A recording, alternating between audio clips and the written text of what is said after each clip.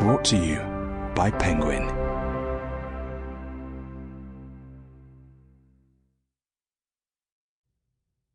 A History of Masculinity by Ivan Jablonka. Read by Jameson.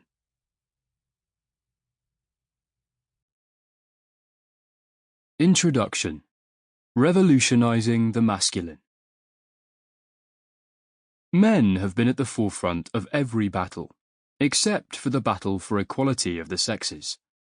Their dreams have spearheaded every liberation, except for the emancipation of women.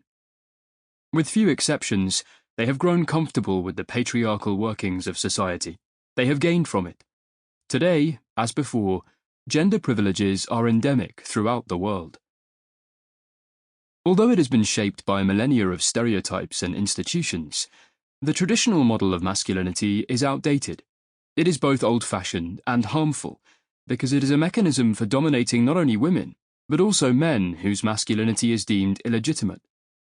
Our dream for the future is to invent new masculinities, so that they mesh with the rights of women and undo patriarchal hierarchies. This has the potential to transform everything: the family, religion, politics, business, the city, seduction, and even language. In every country, whatever the situation may be for women, it is urgent to define an ethics of masculinity for the entire range of social behavior. How can we prevent men from trampling on the rights of women? What does it mean to be a good guy with respect to equality between the sexes? This is a real challenge, both psychologically and socially.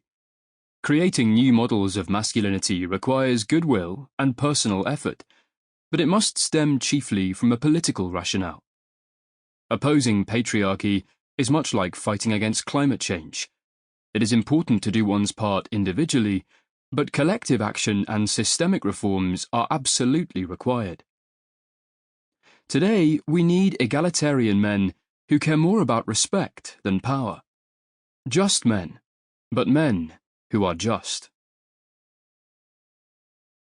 Democracy's blind spot. In 1791, Olympe de Gouges opened her Declaration of the Rights of Woman and the Female Citizen with this bold challenge: Men, are you able to act with justice? This is a woman's question to you. More than 2 centuries after her death, looking at the makeup of governments, unequal pay, the distribution of domestic chores, and gender violence throughout the world, we still wonder whether men are able to act with justice. Neither the invention of democracy, nor the Industrial Revolution, nor 20th century socialism and decolonization have changed things. Our modernity has yet to truly address these issues, and hence it remains unsound. Numerous institutions far and wide speak of equality of the sexes, and yet the rights of women are still overlooked, even within our most democratic societies. From Aristotle to Rawls, from Descartes to Rousseau, philosophers have shown little interest in the question.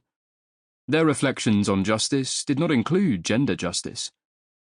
As for the revolutionaries of France, they sacrificed themselves for freedom, except when that freedom benefited women. By taking note of these shortcomings and reconstructing the masculine around rights for all women and all men, we can all get closer to the ideal of equality. Where to begin? Let's take 2 examples: sharing chores and sexual violence. In the 20th century, society changed more rapidly than men did. Nowadays, in Western societies, most women work, pursue careers, choose their sexuality, but men have not accepted all the necessary consequences of those realities. Women's perspectives have widened tremendously.